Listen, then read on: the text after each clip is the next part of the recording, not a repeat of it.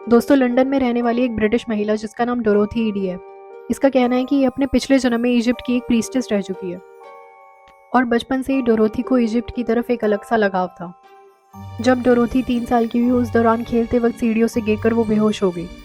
उसके पेरेंट्स ने जब उसको बेहोश पाया, उस वक्त उसकी सांसें नहीं चल रही थी। उन्होंने उसी वक्त डॉक्टर को कॉल करके बुलाया और थोड़ी देर बाद डॉक्टर ने आकर जब डोरोथी को चेक किया, तब तक वो मर चुकी थी। डॉक्टर ने डोरोथी के परिवार को कहा कि मैं अब कुछ भी नहीं कर सकता, आपकी बेटी अब नहीं रही। डॉक्टर ये बात बोलकर वहाँ से चले गए और 1 घंटे बाद डोरोथी का डेथ सर्टिफिकेट लेकर घर वापस आए। डोरोथी के फ्यूनरल की बात चली रही थी कि उसके रूम से कोई आवाज़ आने लगी। सबने जाकर जब उसके रूम में चेक किया तो देखा वो बिल्कुल ठीक है और ऐसे खेल रही है जैसे कुछ हुआ ही ना हो। डॉक्टर ने फिर से उसका चेकअप किया, पर चोट का कोई भी निशान तक नहीं था। उनके पास इस बात का कोई भी जवाब नहीं था कि डोरोथी वापस जिंदा कैसे हुई। सीढ़ियों से गिरने से पहले डोरोथी बिल्कुल नॉर्मल थी, लेकिन उसके बाद उसको डरावने सपने आने लगे। उसने अपनी माँ को बताया कि उसे सपने में बड़ी बड़ी बिल्डिंग्स नजर आती हैं जो बहुत सारे पेड़ पौधे और गार्डन से घिरी हुई है। डोरोथी एक ही सपना बार बार देखती थी और बोलती थी कि मुझे घर जाना है। बहुत बार तो डोरोथी ऐसी लैंग्वेज बोलती थी जो उसके पेरेंट्स को बिल्कुल भी समझ में नहीं आती थी। एक बार डोरोथी के पेरेंट्स उसको ब्रिटिश म्यूजियम लेकर गए। डोरोथी उस वक्त सिर्फ 4 साल की थी। जैसे और बच्चे म्यूजियम में बोर हो जाते हैं, वैसे ही वो भी बोर हो गई और घर जाने की जिद करने लगी। पर कुछ देर बाद जब वो इजिप्शियन एग्जिबिट में पहुंचे, तब डोरोथी का मूड एकदम से चेंज हो गया। जब उसने इजिप्शियन स्टैचूज को देखा तो वो बहुत हैरान हुई और अपनी माँ का हाथ छोड़कर हॉल में भागने लगी। डोरोथी वहाँ रखे सभी स्टैचूज के पैरों को किस करने लगी और जितने भी लोगों ने वहाँ जूते पहने हुए थे, उन सबके ऊपर चिल्लाकर बोलने लगी कि भगवान की मौजूदगी में जूते मत पहनो। उसका ऐसा बिहेवियर देखकर उसकी माँ वहाँ शर्म से पानी पानी हो गई।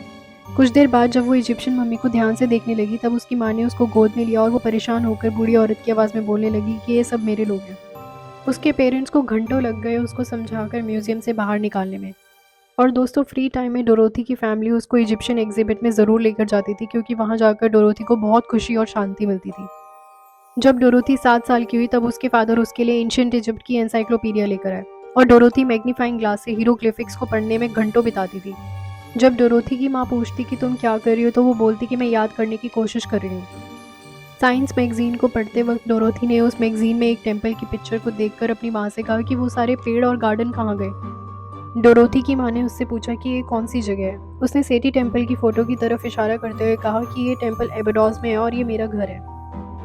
दोस्तों, ज़्यादातर रीइंकार्नेशन केसेस में 2 से 5 साल तक के बच्चों को अपना पिछला जन्म याद रहता है, पर डोरोथी के केस में ये बिल्कुल उल्टा था। जैसे जैसे वो बड़ी हो रही थी, उसके पिछले जन्म की यादें और क्लियर होती जा रही थी। वो खुलकर इसके बारे में बात करती थी और वो बिल्कुल परवाह नहीं करती थी कि कौन इसके बारे में क्या सोचेगा।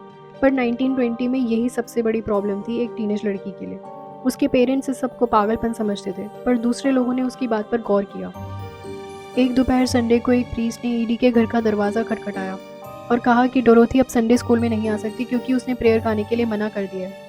और टीचर से बहस करके उसने बोला कि क्रिश्चियनिटी इजिप्ट के पुराने रिलीजन पर ही बेस्ड है।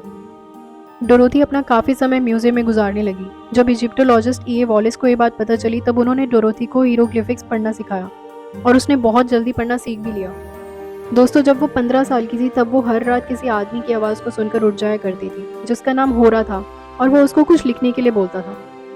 डोरोथी हाफ कॉन्शियसनेस या आप कह सकते हैं हिप्नोसिस की स्टेट में जाकर नोट्स को लिखती थी। सुबह उठकर जब वो उन नोट्स को देखती थी, तो उसको कोई भी आइडिया नहीं होता था कि उसने क्या लिखा है और ना ही वो उसकी हैंडराइटिंग होती थी। 1 साल बाद उसके पास टोटल 70 पेजेस इकट्ठे हुए जो उसने आधी रात को हिप्नोसिस स्टेट में लिखे थे। और इन 70 पेजेस का मतलब निकालने के बाद उसके पास उसकी पिछले जन्म की पूरी लाइफ की स्टोरी थी जो उसने इजिप्ट में बिताई थी। इन 70 पेजेस की पहेली को जोड़कर जो स्टोरी डोरोथी को समझ आई, वो ये थी कि बेन त्रेशत नाम की एक इजिप्शियन औरत जो एबेडोस में पैदा हुई थी, उसकी माँ सब्जियां बेचती थी। जब बेन त्रेशत 2 साल की थी, तब उसकी माँ का देहांत हो गया था। इसलिए बेन त्रेशत के पिता ने उसको एक टेम्पल में दे दिया जहाँ उसका पालन पोषण हो सके, जहाँ उसे प्रीस्टेस बनने के लिए बड़ा किया जा सके। और दोस्तों, जब वो बड़ी हुई, तब वो फेरोआ सेटी द फर्स्ट से मिली और कुछ टाइम बाद उनका अफेयर स्टार्ट हो गया। बेन त्रेशत फेरोआ के बच्चे की माँ बनने वाली थी। उसके पास कोई दूसरी चॉइस नहीं बची थी, तो उसने हाई प्रीस्ट को फेरोआ और अपने रिलेशनशिप के बारे में सब कुछ बता दिया।